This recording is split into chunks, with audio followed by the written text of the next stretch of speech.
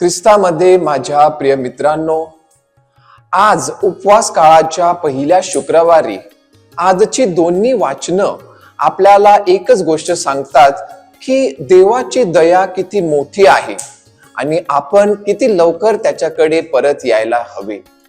यहेजकेल या पुस्तकातून घेतलेल्या पहिल्या वाचनामध्ये आज परमेश्वर म्हणतो, जर दुष्ट माणूस त्याने आपले वाईट कृत्य करण्याचं सोडून दिले आणि जर तो चांगले जीवन जगायला लागला तर नक्कीच तो वाचेल.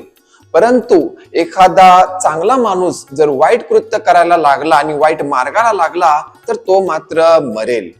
देव आपल्याला म्हणतो, मी तुमच्या मृत्यूची इच्छा करत नाही, तर तुम्ही परत यावे आणि आपले जीवन चांगल्या पद्धतीने जगावे, म्हणून तो आशादायी असतो. आजच्या शुभ वर्तमानामध्ये प्रभू येशू म्हणतो, तुमची नीतिमत्ता ही परुषी आणि शास्त्रांपेक्षा जास्त मोठी असली पाहिजे. फक्त बाहेरून नियम पाळणे पुरेसं नाही. मनात राग, द्वेष, भांडण हे ठेवू नका. आपल्या भावाला दुखावलं असेल तर आधी समेट कर, मगच वेदीपुढे येऊन यज्ञार्पण कर. कारण देवाला आपले हृदय हवे असते, बाह्य यज्ञ नव्हे. प्रिय मित्रांनो, उपवास काळ हा परत येण्याचा काळ आहे.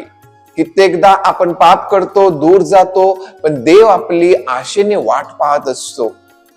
कित्येकदा अनेक वेळेला आपल्याला असं वाटतं की परमेश्वर माझ्यापासून दूर आहे, परंतु जेव्हा आपण आपल्या भावंडांशी समेट करतो, प्रेमाच्या मार्गाने चालायला लागतो, तेव्हा आपल्याला कळते की परमेश्वर तर नेहमी आपल्या बरोबर आहे. आणि म्हणून आपण आज विचार करूया की कोणाविषयी माझ्या मनामध्ये राग आहे, कोणाला दुखावलं गेलेलं आहे.